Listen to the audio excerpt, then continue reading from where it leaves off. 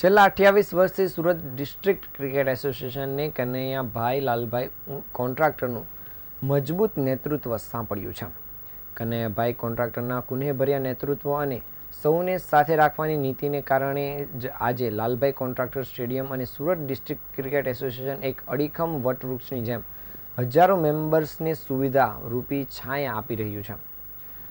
હાલમાં જ્યારે Surat district cricket એસોસિએશનને ચૂંટણીનો વાયરો સુરતમાં ચોમેરે ફૂંકાઈ રહ્યો છે, ત્યારે તેમનો એક ગુણ એસડીસીએના મેમ્બર અને ક્રિકેટ પ્રેમીઓ યાદ કરી રહ્યા છે. પાછલા વર્ષોમાં પોતાના લઘુબંધીને સુકાની પદ સંભાળવાની ઈચ્છા વ્યક્ત કરી ત્યારે સુરત ડિસ્ટ્રિક્ટ ક્રિકેટ એસોસિએશનના પ્રમુખ પદેથી ખસી જઈને પોતાના લઘુબંધુ સ્વર્ગસ્થ હેમંત કોન્ટ્રાક્ટરને સુકાનું આપી દીધું હતું. કનૈયાભાઈ કોન્ટ્રાક્ટરે આ પ્રકારે આપેલા સમર્પણને કારણે જ સ્ટેડિયમ પેનલ સાથે આજે મતદારો પણ અડીખમ ઊભા છે.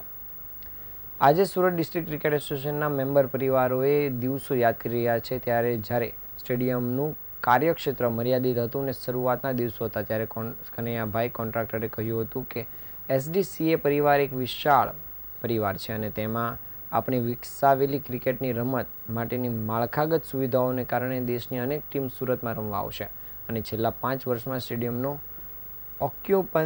ઓક્યુપન્સી રેટ જોઈએ તો ખ્યાલ આવશે કે જેવું વિઝન કનૈયાભાઈ કોન્ટ્રાક્ટરે દાયકાઓ પહેલાં બતાવ્યું હતું તેવું જ બન્યું અને હજુ પણ બની રહ્યું છે.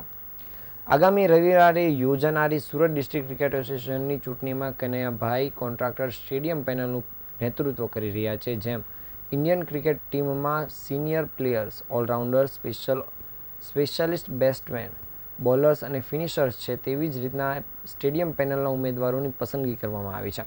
સ્ટેડિયમ પેનલના ઉમેદવાર જુદી જુદી ક્ષેત્રના મહારથી છે, જેમણે અત્યાર સુધી તેમના ક્ષેત્રમાં પ્રગતિ કરવા સાથે સુરત ડિસ્ટ્રિક્ટ ક્રિકેટ એસોસિએશનના નાના મોટા કાર્યોમાં ખભે ખભા મિલાવીને કામ કર્યું છે.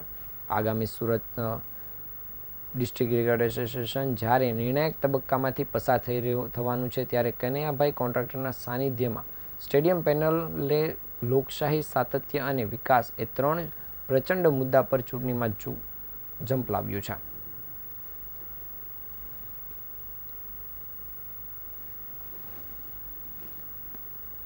મારું નામ સીએ મયંક દેસાઈ, ટ્રેઝરર એસડીસીએ. છેલ્લા 8 વર્ષથી 2016 થી 2025 સુધી હું ટ્રેઝરર છું. જ્યારે મેં ચાર્જ લીધો ત્યારે એકાઉન્ટિંગમાં જે બી ત્રુટીઓ હતી એ મેં બધી દૂર કરી. અત્યારે ઓટોમાઇઝેશન પર લાવી દીધું છે, ઓટોમેટિક સિસ્ટમ બનાવી દીધી છે. 100% ઓલમોસ્ટ 99.50% ચેકથી પેમેન્ટ થાય છે. કોઈ બી ડબલ ચેક થાય છે, પ્રેસિડેન્ટ કે સેક્રેટરી સાઇન વગર પેમેન્ટ નથી થતું. કમિટીમાં બધું એપ્રૂવ કરીને કરીએ છીએ. દરેકે દરેક વેન્ડરનો પેન નંબર લેવામાં આવે છે.